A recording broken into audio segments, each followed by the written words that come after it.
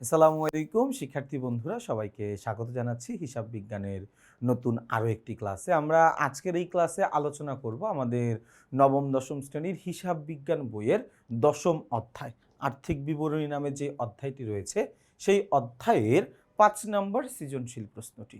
আমরা একটু দেখি আমাদের 5 নম্বর সৃজনশীল প্রশ্নে কি বলেছে। বলেছে নিম্নোক্ত তথ্যাদির অবলম্বন করে সালাম ট্রেডার্সের 2025 সালের 31শে ডিসেম্বর সমাপ্ত বছরের বিশদ আয় বিবরণী, মালিকানা সত্ত্বের পরিবর্তন বিবরণী এবং উক্ত তারিখের আর্থিক অবস্থার বিবরণী প্রস্তুত করো। ভালো কথা, আমরা প্রত্যেকটা প্রশ্নের প্যাটার্নই সেম থাকে এখন আমাদের, কারণ যেহেতু আমাদের আর্থিক বিবরণী প্রশ্নের পদ্ধতি পরিবর্তন হয়ে গেছে, একটা সৃজনশীল থাকবে, ওইখান থেকে আমাদের আসলে 20 নম্বর অ্যান্সার করা লাগবে, তাই না? আচ্ছা, দেখি কি কি বলা আছে। আমাদের এখানে বলা আছে আসবাবপত্র ও মূলধন 50,000 টাকা ও 4,45,000 টাকা, যন্ত্রপাতি ও 6% ঋণ, তাই না ভাইয়া? কি বলা আছে দেখো, যন্ত্রপাতি ও 6% ঋণ। ভাইয়া এই যে আমার এখানে ঋণ কেন বলা আছে জানো? মানে ঋণের আগে পার্সেন্টেজটা দেওয়া মানে কি জানো? এই যে যখনই কোনো রেওয়া মিলের এন্ট্রির মধ্যে কোনো পার্সেন্টেজ চিহ্ন দেওয়া থাকবে, কোনো বছরের চিহ্ন দেওয়া থাকবে, কোনো মাসের চিহ্ন দেওয়া থাকবে, কোনো শতকরা, মানে এন্ট্রিটা বাদ দিয়ে অহেতুক কোনো কিছু বলা আছে, আমি দেখতেছি যে এক্সট্রা কোনো কিছু লেখা আছে এইখানে, তার মানে ওটা নিজেই একটা সমন্বয়।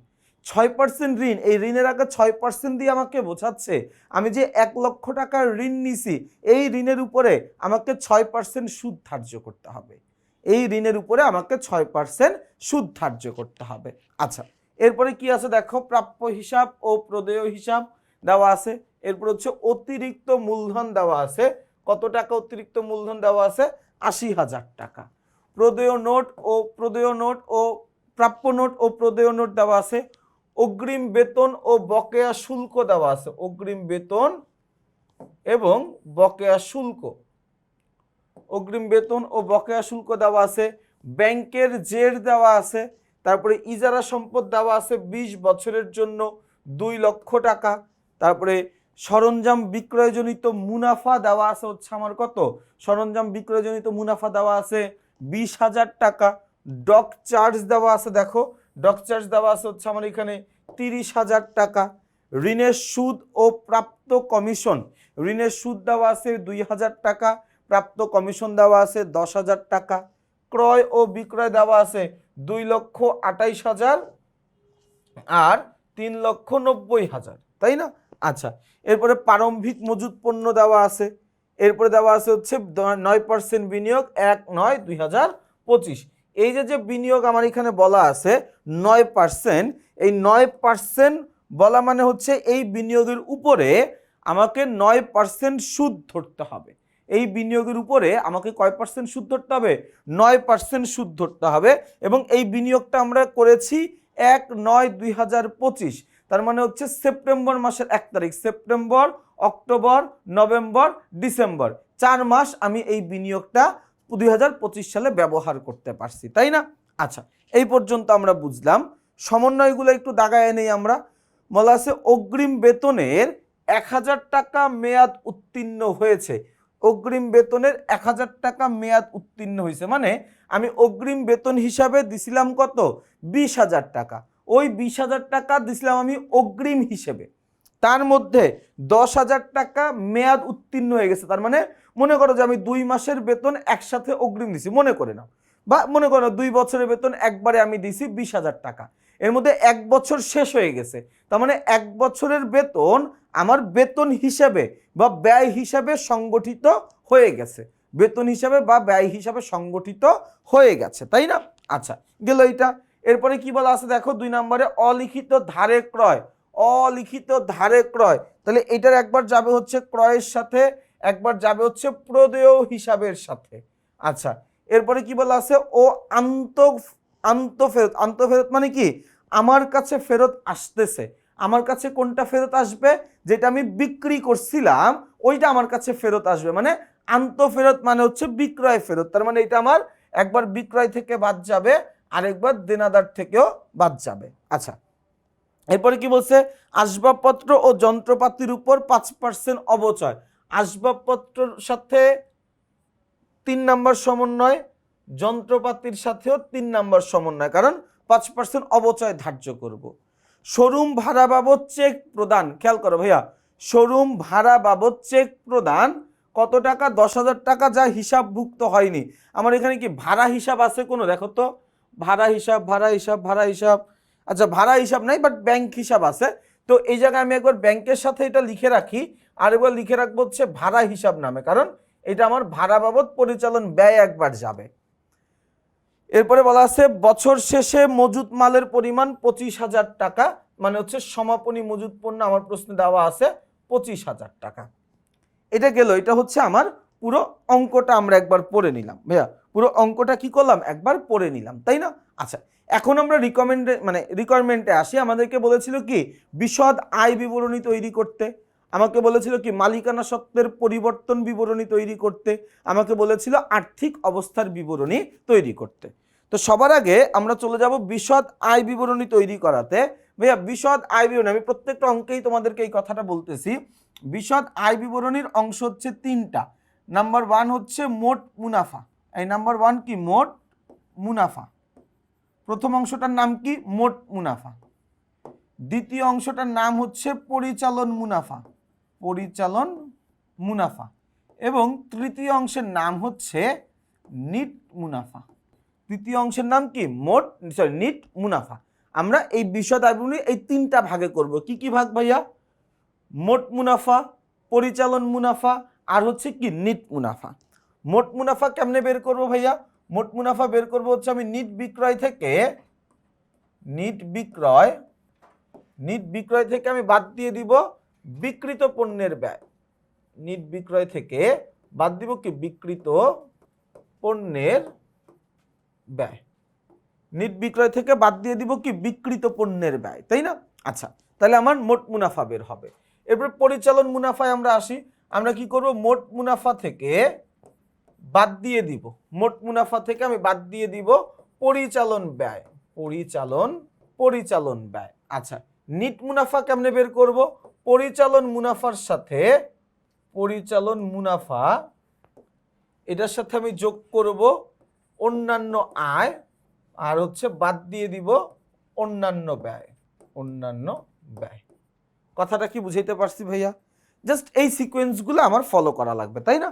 তাহলে আমরা যখন সবার প্রথমে মোট মুনাফা বের করব, আমার লাগবে কি? নিট বিক্রয় মাইনাস বিক্রিত পণ্যের ব্যয়।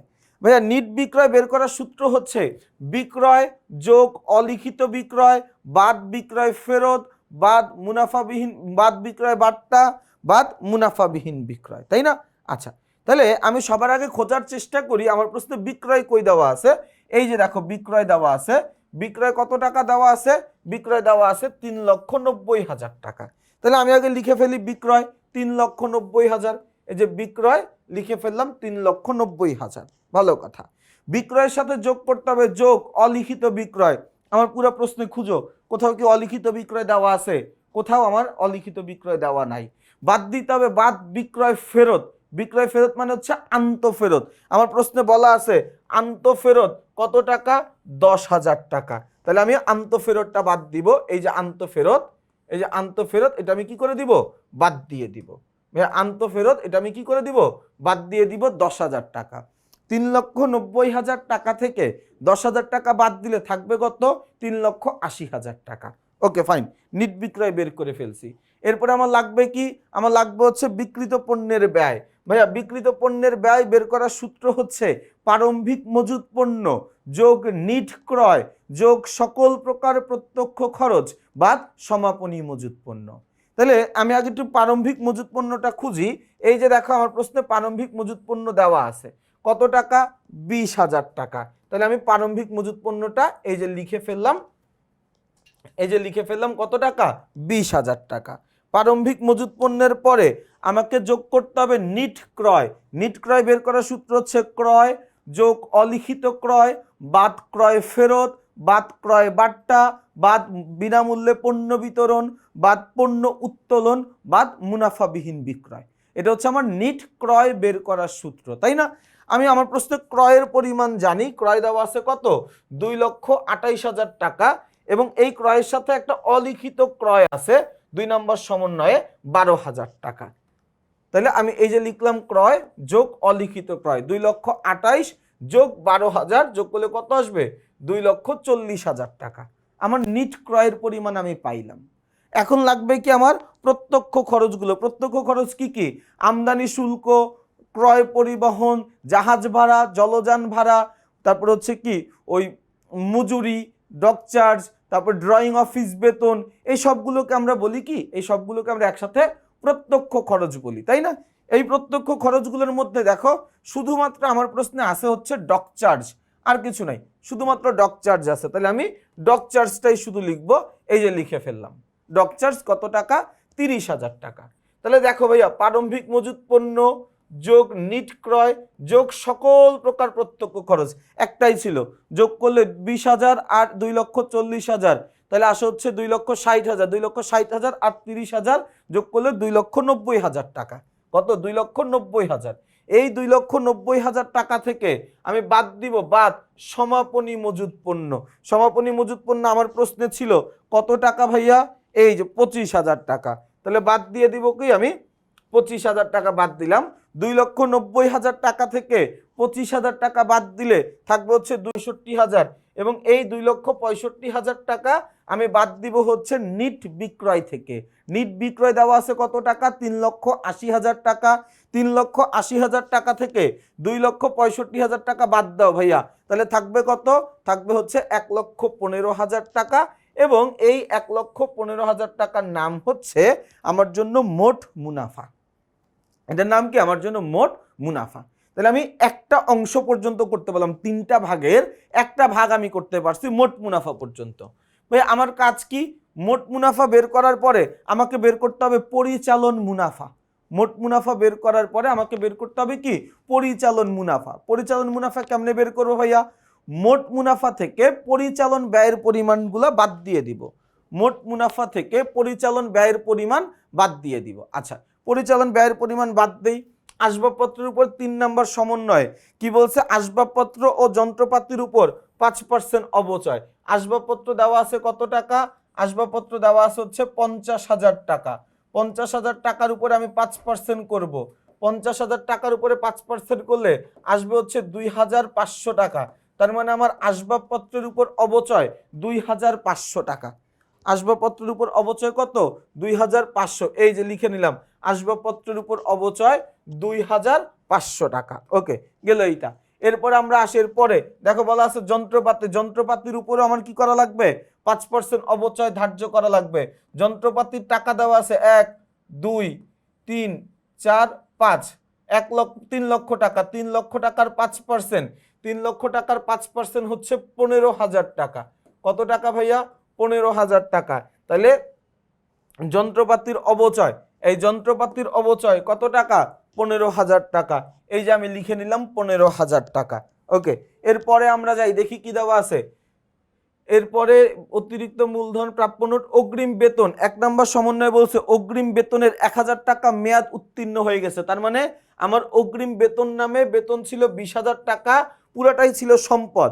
এর মধ্যে 10,000 টাকা আমার ব্যয়ে রূপান্তরিত হয়ে গেছে। তাহলে এটা আমার জন্য একটা ব্যয়, এটা আমার জন্য একটা ব্যয়। এই যে দেখো, এই যে দেখো বেতন, বা আমি যাকে বলতে পারি বেতন খরচ, যেটাই বলি না কেন একই কথা। কত টাকা ভাইয়া? 10,000 টাকা। লিখে নিলাম 10,000 টাকা আমি।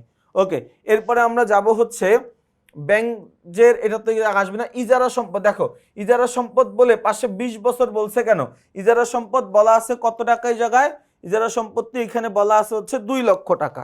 2 লক্ষ টাকা বলে 1, 2, 3, 4, 5, পাশে আবার 20 বছর বলছে, তার মানে এটা আমি 20 বছর ব্যবহার করব। এটা আমি 20 বছর ব্যবহার করব। তাহলে 1, 2, 3, 4, 5 ভাগ করব কত দিয়ে? 20 দিয়ে। আমার আসবে কত? 1, 2, 3, 4, 10,000 টাকা। কেন 10,000 টাকা আসলো ভাইয়া? এই 10,000 টাকা হচ্ছে আমার জন্য ইজারা সম্পত্তির অবলোপন।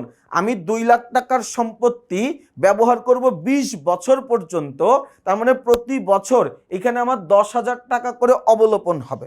10,000 টাকা করে কি হবে? অবলোপন হবে। এই যে দেখো 10,000 টাকা করে আমি অবলোপন লিখে দিলাম। আচ্ছা, এরপরে যাই তো দেখি আর কি আছে ভাইয়া। সরঞ্জামে বিক্রয়জনিত মুনাফা, ওইটা এখানে আসবে না। তারপরে হচ্ছে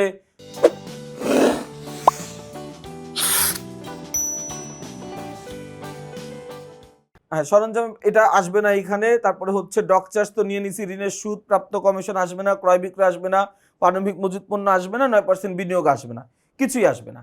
কিন্তু এই জায়গায় এই যে আমি একটা আলাদা করে লিখে রাখছিলাম ভাড়া হিসাব, কার জন্য লিখে রাখছিলাম, এই যে 4 নম্বর সমন্বয়ের জন্য, যে শোরুম ভাড়া বাবদ চেক প্রদান। ভাইয়া শোরুম ভাড়া বাবদ চেক প্রদান, এটা জাবেদা কি জানো? জাবেদা হচ্ছে ভাড়া হিসাব ডেবিট আর ব্যাংক হিসাব ক্রেডিট। ব্যাংক হিসাব ক্রেডিট, তার মানে আমার ভাড়া নামের ব্যয় বাড়ছে, ব্যাংক নামের সম্পত্তি কমছে, তাই না? তাহলে ভাড়া একটা পরিচালন ব্যয়, এই যে গিয়ে দেখো শোরুম ভাড়া আমি লিখে দিলাম 10,000 টাকা। তাহলে এগুলো সব যদি যোগ করি, 10,000 যোগ 10,000 20,000, 20,000 যোগ 10,000 30,000, 30,000 যোগ 2,500 32,500 যোগ 15,000 47,500। এই 47,500 টাকা হচ্ছে আমার জন্য মোট পরিচালন ব্যয়। এই 47,500 টাকার নাম কি? মোট পরিচালন ব্যয়। আমার কাজ কি? আমার কাজ হচ্ছে মোট মুনাফা থেকে পরিচালন ব্যয় বাদ দিয়ে দিব। বাদ দিলাম, আমার থাকলো কত? 67,500 টাকা। এই 67,500 টাকার নাম হচ্ছে, এই 67,500 টাকার নাম হচ্ছে পরিচালন মুনাফা। এটার নাম কি ভাইয়া? পরিচালন মুনাফা। দ্বিতীয় ধাপ পর্যন্ত আমরা করতে পারলাম। এর পরের ধাপের কাজ কি ভাইয়া? পরিচালন মুনাফার সাথে আমাকে যোগ করতে হবে অন্যান্য আয়ের পরিমাণ, বাদ দিয়ে দিতে হবে অন্যান্য ব্যয়ের পরিমাণ। পরিচালন মুনাফার সাথে আমি যোগ করব অন্যান্য আয়। ভাইয়া অন্যান্য আয় আমার প্রশ্নে কি কি দেওয়া আছে দেখো, সরঞ্জামের বিক্রয়জনিত মুনাফা, এটা আমার জন্য একটা অন্যান্য আয়, তো লিখে নিলাম সরঞ্জামের বিক্রয়জনিত মুনাফা 20,000 টাকা। এরপরে কি দেওয়া আছে ভাইয়া দেখি তো, এরপরে দেওয়া আছে প্রাপ্ত কমিশন। প্রাপ্ত কমিশন এটা আমার জন্য একটা আয়, প্রাপ্ত কমিশন এটা আমার জন্য একটা অন্যান্য আয়। ভাইয়া খেয়াল করো, প্রাপ্ত কমিশন এটা আমার জন্য একটা অন্যান্য আয়। এই যে দেখো আমি লিখে নিলাম প্রাপ্ত কমিশন এটা আমার জন্য অন্যান্য আয় 10,000 টাকা। এরপরে এই যে বিনিয়োগ, বিনিয়োগ 9% বিনিয়োগ কত টাকা? 1 লক্ষ টাকা। তাহলে 1 2 3 4 5, 1 লক্ষ টাকার কত পার্সেন্ট? এই 1 লক্ষ টাকার উপরে কোজে নিয়ে গেল 9%। 1 লক্ষ ইন্টু 9%। 1 লক্ষ টাকার উপরে যদি 9% করি, 1 2 3 4 5 ইন্টু 9% করলে আসবে কত ভাইয়া? আসবে হচ্ছে 9,000 টাকা। কত আসবে? 9,000 টাকা। আমি যখনই কোনো কিছুর উপরে পার্সেন্টেজ করব, তখন যেই টাকার অঙ্কটা আসবে সেটা আমার 1 বছরের জন্য আসবে। তার মানে এই যে আমি পার্সেন্টেজটা ধরলাম 9,000 টাকা আসলো, এই 9,000 টাকা আসছে মূলত 1 বছরের জন্য, 12 মাসের জন্য। অথচ আমি বিনিয়োগটা করছি 9 মাসের 1 তারিখে। 9 মাস মানে হচ্ছে সেপ্টেম্বর মাস, আমি যদি ভুল না করে থাকি সেপ্টেম্বর মাস, তাই না? তাহলে তুমি নিজে হিসাব করো, সেপ্টেম্বরের 1 তারিখে আমি বিনিয়োগ করছি, তাহলে সেপ্টেম্বর পুরাটা, অক্টোবর পুরাটা, নভেম্বর পুরাটা, ডিসেম্বর পুরাটা। তাহলে এটা আমি ব্যবহার করতে পারছি 4 মাস, দেওয়া আছে 12 মাসে। তাহলে 12,000কে 9,000কে 12 দিয়ে ভাগ করব, তাই না? তাহলে 9,000 ভাগ 12 করলে আমার 1 মাসের বের হবে। এটাকে আমি গুণ করব 4 দিয়ে, তাহলে এটারে গুণ করলাম 4 দিয়ে, তাহলে আসবে কত? 3,000 টাকা। 3,000 টাকা, তাই না? এই কত টাকা? 3,000 টাকা। তাহলে বিনিয়োগের অনাদায়ী বিনিয়োগের সুদ, এটা শুধু বিনিয়োগের সুদ না লিখে অনাদায়ী লিখলে সবচেয়ে ভালো। অনাদায়ী বিনিয়োগের সুদ কত? 3,000 টাকা। তাহলে 10,000 যোগ 20,000 যোগ 3,000 যোগ করলে কত আসে? 33,000। এটা আমি পরিচালন মুনাফার সাথে যোগ করে দিলাম, যেটা আসলো ওইটা এখানে লিখলাম। আচ্ছা, এরপরে এই জায়গা থেকে আমি বাদ দিয়ে দিব, এই জায়গা থেকে আমি বাদ দিয়ে দিব কি? বাদ দিয়ে দিব অন্যান্য ব্যয়। আচ্ছা, অন্যান্য ব্যয়ের মধ্যে দেখো একটা ব্যয় দেওয়া আছে ঋণের সুদ। ঋণের সুদ দেওয়া আছে 2,000 টাকা। ঋণের সুদ দেওয়া আছে কত? 2,000 টাকা। ঋণ নিয়ে কাহিনী কি বলছে? ঋণ নিয়ে বলছে 6% ঋণ কত টাকা? 1 লক্ষ টাকা। ভাইয়া একটু খেয়াল করো, ঋণের কাহিনীতে কি বলছে? ঋণের কাহিনীতে আমাকে বলেই দিছে যে আমি ঋণ নিছি কত? 1 2 3 4 5 6, 1 লক্ষ টাকা কয় পার্সেন্ট সুদে? 6% সুদে। 1 লক্ষ টাকার 6%, 1 2 3 4 5 ইন্টু 6% করলে কত আসে? 6,000 টাকা। ঋণের সুদ আসে কত? 6,000। অথচ আমি এই জায়গায় ঋণের সুদ পাইছি কত টাকা ভাইয়া? ঋণের সুদ দিছি হচ্ছে 2,000 টাকা। তাহলে 2,000 টাকা বাদ দিয়ে দাও, তাহলে বাকি যে 4,000 টাকা আছে ওইটা আমার জন্য কি আছে ভাইয়া? ওইটা আমার জন্য বকেয়া আছে, তাই না? ওইটা আমার জন্য কি আছে? বকেয়া আছে। তাহলে আমি ঋণের সুদ লিখলাম 2,000 টাকা, প্লাস যতটুকু আমার বকেয়া আছে ওইটুকু আমি যোগ করে দিলাম 4,000 টাকা। 4,000 আর 2,000 6,000 টাকা। 1,05,000 থেকে 6,000 টাকা বাদ দিলে আমার থাকবে কত? 94,500 টাকা। এবং এই 94,500 টাকার নাম হচ্ছে নিট মুনাফা। এই 94,500 টাকার নাম কি ভাইয়া? নাম হচ্ছে আমার জন্য নিট মুনাফা। এবং এই পর্যন্ত করে আমার একটা অঙ্ক শেষ হইল। এই বিশদ আয় বিবরণী করার জন্য আমরা এসএসসি পরীক্ষায় 20-এর মধ্যে 8 পাবো, এই বিশদ আয় বিবরণী করার জন্য। বোঝা গেছে আমার কথা? আচ্ছা, এরপরের অঙ্কে আমরা চলে যাব। একই সৃজনশীল আমাকে বলছে মালিকানা সত্ত্বের পরিবর্তন বিবরণী তৈরি করো। ভাইয়া, মালিকানা সত্ত্বের পরিবর্তন বিবরণী মানে হচ্ছে মালিক বছরের শুরুতে আমার ব্যবসায় একটা নির্দিষ্ট পরিমাণের টাকা মূলধন দিছিল, ব্যবসায়ের মাঝামাঝি বিভিন্ন প্রয়োজনে মালিককে আবারও মূলধন দিতে হইতে পারে, মালিক নিজের প্রয়োজনে ব্যবসায় থেকে কিছু উত্তোলন করতে পারে, এবং এগুলো সব হিসাব নিকাশ করে আমার ব্যবসায় যে লাভটুকু হয় ওই লাভের উপরে কিন্তু মালিকেরই অধিকার থাকে, তাই না? তো লাভটা মালিকের মূলধনের পরিমাণকে বাড়ায় দেয়। এই জিনিসগুলি আমরা যোগ বিয়োগ করব। তাহলে সবার প্রথম আমার লাগবে মূলধন। আমি মূলধন নিয়ে নিলাম কত টাকা ভাইয়া? মূলধন হচ্ছে আমার 4,50,000 টাকা, তাই না?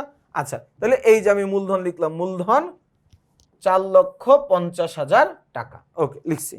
মূলধনের সাথে আমি যোগ করব অতিরিক্ত মূলধন। এই যে দেখো আমার প্রশ্ন অতিরিক্ত মূলধন দেওয়া আছে। কত টাকা দেওয়া ভাইয়া? 80,000 টাকা। তাহলে এই যে আমি 80,000 টাকা যোগ করে দিলাম। আমার ব্যবসায় নিট মুনাফা হয়েছিল 54,500 টাকা। তাহলে নিট মুনাফাটা আমি যোগ করে দিব, তাই না? আচ্ছা, আমার প্রশ্ন দেখো কোনো ফর্মেই উত্তোলন নাই, নগদ উত্তোলন নাই, পণ্য উত্তোলন নাই, জীবন বীমা নাই, কিচ্ছু নাই। আছে এগুলো কোনো কিছুই নাই। না থাকলে লেখার কোনো দরকার নাই। তাহলে আমি যদি 4,50,000-এর সাথে 80,000 যোগ করি আসবে হচ্ছে 4,30,000। 4,30,000-এর সাথে যদি 94,500 যোগ করি তাহলে আমার সব মিলে আসবে কত? 6,24,500 টাকা আসবে। কত? 6,24,500 টাকা। এটার নাম হচ্ছে মালিকানা সত্ত্বের পরিবর্তন বিবরণী। এটার নাম কি? মালিকানা সত্ত্বের পরিবর্তন বিবরণী। ওকে, এইটুকু করার জন্য আমরা 2 নাম্বার পাবো। যতটুকু করলাম ওইটুকুর জন্য 2 নাম্বার পাবো। এখন আমরা আসি আর্থিক অবস্থার বিবরণীতে। এখন আমরা আসি আর্থিক অবস্থার বিবরণীতে। আর্থিক অবস্থার বিবরণীতে মূলত কি করা হয় জানো? আমার প্রতিষ্ঠানের সম্পদ ও দায়ের একটা তালিকা তৈরি করা হয়। একটা বছর শেষে একটা নির্দিষ্ট হিসাবকালে আমার ব্যবসায় কি পরিমাণের টাকার সম্পদ এবং কি পরিমাণের টাকার দায় ও মালিকানা সত্ত্ব আছে ওইটার একটা বিবরণী বা ওইটার একটা তালিকা তৈরি করাকে আমি কি বলি? আর্থিক অবস্থার বিবরণী বলি। এখানে সম্পত্তিগুলোকে আলাদা লেখা হয়। সম্পত্তিগুলো আমরা চাইলে চলতি সম্পদ, দীর্ঘমেয়াদী বিনিয়োগ, স্থায়ী সম্পদ এই সিরিয়ালে লিখতে পারি, অথবা স্থায়ী সম্পদ, দীর্ঘমেয়াদী বিনিয়োগ, চলতি সম্পদ এই সিরিয়ালও লিখতে পারি। আমার যেভাবে ইচ্ছা আমি ওইভাবে লিখতে পারবো, তাই না? আচ্ছা, তাহলে আমরা সবার প্রথমে আসি স্থায়ী সম্পত্তির মধ্যে। আমার ব্যবসায় কি কি স্থায়ী সম্পদ ছিল? এই যে দেখো, আসবাবপত্র ছিল একটা স্থায়ী সম্পদ, যন্ত্রপাতি ছিল একটা স্থায়ী সম্পদ, এবং এদের মধ্যে আবার এরপরে এই যে ইজারা সম্পদ ছিল একটা স্থায়ী সম্পদ। এদের আবার অবচয় অবলোপনও ছিল, ওইটা আমি বাদ দিয়ে দিব। তাহলে আসবাবপত্রের অবচয় বাদ দিব, যন্ত্রপাতির অবচয় বাদ দিব, ইজারা সম্পত্তির যে অবচয় আছে সেটা বাদ দিব, তাই না? সেটা বাদ দিয়ে হিসাব করব। তো বাদ দিয়ে যা যা থাকে ওইটা আমি লিখে ফেললাম। লিখে আমার একদম ফাইনালি কত আসে? ফাইনালি আসে হচ্ছে 5,22,500। এটা হচ্ছে আমার মোট স্থায়ী সম্পদ। এটার নাম কি? এটার নাম হচ্ছে মোট স্থায়ী সম্পদ। কত? 5,22,500 টাকা। ওকে, গেল। দীর্ঘমেয়াদী বিনিয়োগ, আমার প্রশ্নে একটা দীর্ঘমেয়াদী বিনিয়োগ ছিল। কোথায় গেল দীর্ঘমেয়াদী বিনিয়োগটা? দীর্ঘমেয়াদী বিনিয়োগ এই যে আমার প্রশ্নে একটা দীর্ঘমেয়াদী বিনিয়োগ ছিল। তো দীর্ঘমেয়াদী বিনিয়োগ ছিল 1 লক্ষ টাকা। এই যে দেখো আমি দীর্ঘমেয়াদী বিনিয়োগ লিখে ফেললাম 1 লক্ষ টাকা। ওকে, এই পর্যন্ত আমরা বুঝলাম, এই পর্যন্ত কোনো অসুবিধা নাই। চলতি সম্পত্তিতে এসে আমার সাজেশন থাকবে সবার আগে সমাপনী মজুদ পণ্যটা লিখে নেওয়া। আমার সাজেশন থাকবে কি? সবার আগে সমাপনী মজুদ পণ্যটা লিখে নেওয়া। তুমি দেখবা সবাই পরেই করে, বাট আমার সাজেশন সবার আগে লিখবা, নাহলে সমাপনী মজুদ পণ্যের কথা আমরা ভুলে যাই। তো এই যে আমরা লিখে নিলাম সমাপনী মজুদ পণ্য 25,000 টাকা। ওকে, সমাপনী মজুদ পণ্য আমরা লিখলাম। এরপরে দেখি ভাইয়া কি কি দেওয়া আছে? প্রাপ্য হিসাব দেওয়া আছে, তাই না? প্রাপ্য হিসাবের সাথে 2 নম্বর সমন্বয় কি আছে? অলিখিত আন্তঃফেরত আছে। তাহলে আমি কি করব? আমি প্রাপ্য হিসাব লিখব, লিখে প্রাপ্য হিসাব থেকে বাদ দিব বিক্রয় ফেরত। প্রাপ্য হিসাব লিখব, লিখে এই জায়গা থেকে আমি বাদ দিব কি বিক্রয় ফেরত। তাহলে বাদ দিয়ে দিই ভাইয়া 1 লক্ষ টাকা থেকে 10,000 টাকা বাদ দিলে থাকবে হচ্ছে 90,000 টাকা। 1 লক্ষ টাকা থেকে 10,000 টাকা বাদ দিলে থাকবে কত? 90,000 টাকা আমি বাদ দিয়ে দিলাম। ওকে, এরপরে আমরা যাই, এরপরে দেখি কি দেওয়া আছে ভাইয়া। এরপরে আমার দেওয়া আছে হচ্ছে প্রাপ্য নোট। প্রাপ্য নোট এটাও একটা চলতি সম্পদ, তো এটাকে আমি চলতি সম্পত্তি পাশে লিখে দিব। এই যে লিখে ফেললাম প্রাপ্য নোট। প্রাপ্য নোটের পরে এরপরে আমরা আসি এই যে অগ্রিম বেতন। অগ্রিম বেতন 20,000 টাকা, এটা একটা সম্পদ ছিল, তাই না? অগ্রিম বেতন 20,000 টাকা, এটা একটা সম্পদ ছিল, কিন্তু 20,000 টাকার মধ্যে 10,000 টাকার মেয়াদ উত্তীর্ণ হয়ে গেছে, অর্থাৎ সম্পত্তিটা ব্যয়ে পরিণত হয়ে গেছে। সম্পত্তিটা ব্যয়ে পরিণত হয়ে গেছে। তাহলে 20,000 থেকে 10,000 বাদ দিব, থাকবে কত? থাকবে হচ্ছে 10,000 টাকা। থাকবে কত? থাকবে হচ্ছে 10,000 টাকা। ওকে, এরপরে আমরা আসি ব্যাংক জের। ব্যাংক জের ছিল 90,000 এবং আমাকে বলছে এর মধ্যে আমি 10,000 টাকা দিয়ে ভাড়া প্রদান করছি, তাই না? এই তাহলে আমি ব্যাংক হিসাব লিখবো, এই জায়গা থেকে বাদ দিয়ে দিব শোরুম ভাড়া। 90,000 টাকা থেকে 10,000 টাকা বাদ দিব, তাহলে থাকবে কত? থাকবে হচ্ছে 80,000 টাকা। থাকবে কত ভাইয়া? থাকবে হচ্ছে 80,000 টাকা। ওকে, এরপরে কি আর কিছু আছে? না, এরপরে আর কোনো কিছু নাই। ও বিনিয়োগের সুদ ছিল, তাই না? অনাদায়ী। এই যে বিনিয়োগের সুদ ক্যালকুলেশন করছিলাম কত টাকা? 3,000 টাকা। কোথাও কি আমি বিনিয়োগের সুদ পাইছি? কোথাও কিন্তু আমি বিনিয়োগের সুদ পাই নাই। যেহেতু বিনিয়োগের সুদ আমি পাই নাই, তার মানে বিনিয়োগের সুদটা আমার বকেয়া আছে, অনাদায়ী আছে, তাই না? তাহলে অনাদায়ী বা বকেয়া বিনিয়োগের সুদ এটা আমার জন্য সম্পদ। এই যে দেখো বিনিয়োগের সুদ ক্যালকুলেশনটা এখানে দেখায় দিবা, কত টাকা? 3,000 টাকা লিখে ফেললাম এখানে। তাহলে উপরে আছে আমার স্থায়ী সম্পদ, এরপরে আছে দীর্ঘমেয়াদী বিনিয়োগ, এবং এই সবগুলো চলতি সম্পদ যোগ করলাম 2,18,000 টাকা। সবগুলো যোগ করলে আমার আসবে কত? 8,40,500 টাকা। এবং এই 8,40,500 টাকার নাম হচ্ছে মোট সম্পদ। এবং মোট দায় ও মালিকানা সত্ত্বের যোগফলও এই 8,40,500 টাকা হইতে হবে। যদি না হয় তাহলে ধরে নিব আমরা অঙ্কে ভুল করছি। আচ্ছা, তো সবার আগে আমি সমাপনী মালিকানা সত্ত্বের এই জায়গায় লিখে নিব দায় ও মালিকানা সত্ত্ব। দায় ও মালিকানা সত্ত্ব সবার আগে আমি কি করছি? সমাপনী মালিকানা সত্ত্বটা 6,24,500, যেটা আমরা কিছুক্ষণ আগে বের করছি, ওটা আমি লিখে নিলাম। দীর্ঘমেয়াদী দায়ের মধ্যে আসবে হচ্ছে শুধুমাত্র এই যে এই ব্যাংক ঋণটুকু আসবে। দীর্ঘমেয়াদী দায়ের মধ্যে আসবে কি? আসবে হচ্ছে শুধুমাত্র এই ব্যাংক ঋণটুকু আসবে।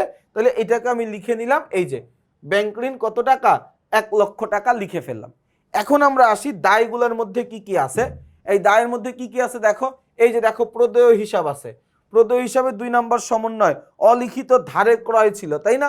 আচ্ছা, তাহলে আমি প্রদেয় হিসাব লিখবো, যোগ করে দিব অলিখিত ক্রয়। প্রদেয় হিসাব লিখবো, যোগ করে দিব অলিখিত ক্রয়, তাই না? আচ্ছা, তাহলে প্রদেয় হিসাব লিখলাম এবং যোগ করে দিলাম অলিখিত ক্রয়। গেল, এটা গেল। এরপরে আমরা যাই দেখি কি দেওয়া আছে।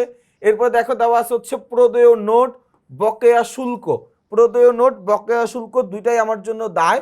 এই যে লিখে নিলাম প্রদেয় নোট, লিখে নিলাম বকেয়া শুল্ক। আচ্ছা, এরপরে কি আর কোনো কিছু আছে? এরপরে ঋণের সুদ। ঋণের সুদ দেখো আমার ঋণের সুদ আমার কত টাকা? 4,000 টাকা বকেয়া ছিল। ঋণের সুদ ছিল মোট 6,000 টাকা, আমি পাইছি 2,000 টাকা, পাই নাই কত? 4,000 টাকা। তাহলে এই যে বকেয়া ঋণের সুদ কত টাকা? 4,000 টাকা। যোগ করে দেই সবগুলো একসাথে যোগ করলে 1,16,000 টাকা। ভাইয়া মালিকানা সত্ত্ব 6,24,500 টাকা। দীর্ঘমেয়াদী দায় 1 লক্ষ টাকা। স্বল্প মেয়াদী দায় 1,16,000 টাকা। সবগুলো যোগ করলে আমার আসবে কত? 8,40,500 টাকা। সম্পদ ও দায়ের উদ্বৃত্ত মিলে গেছে মানে আমরা যা কিছু করছি সবকিছু ঠিক করছি। আমার কথাটা কি বুঝাইতে পারছি ভাইয়া? অনেক লম্বা একটা সৃজনশীল আমরা আলোচনা করলাম, 5 নম্বর সৃজনশীল। সাধারণত এই সৃজনশীল প্রশ্নের ক্লাসগুলো একটু বড়ই হয়, তার কারণ এই প্রশ্নের উত্তর করার জন্য তুমি জাস্ট খালি কাগজে লিখবা, এটার জন্য বোর্ড থেকে তোমাকে 42 মিনিট সময় দিবে। 42 মিনিট তুমি শুধুমাত্র নিরিবিলি নিজের মতো করে অঙ্ক করবা। তা আমার তো অঙ্ক করতেও হইলো, তোমাকে বুঝাইতেও হইলো, যে কারণে আমার একটু সময় বেশি লাগে। আর নর্মালি আমার ক্লাসে একটু সময় বেশি লাগে, তোমরা এটা সবাই জানো। তো আমরা 5 নম্বর প্রশ্নটা খুব সুন্দর করে আলোচনা করেছি। আমি আশা করছি 5 নম্বর প্রশ্নে তোমাদের কারো কোনো অসুবিধা নাই। ইনশাল্লাহ আমরা আগামী ক্লাসে অন্য কোনো একটা ক্লাসে তোমাদের সাথে আমার দেখা হবে, অন্য কোনো একটা টপিকের আলোচনায় তোমাদের সাথে আমার দেখা হবে। সেই পর্যন্ত সবাই ভালো থাকবা, সুস্থ থাকবা, আমার জন্য বেশি করে দোয়া করবা। আসসালামু আলাইকুম।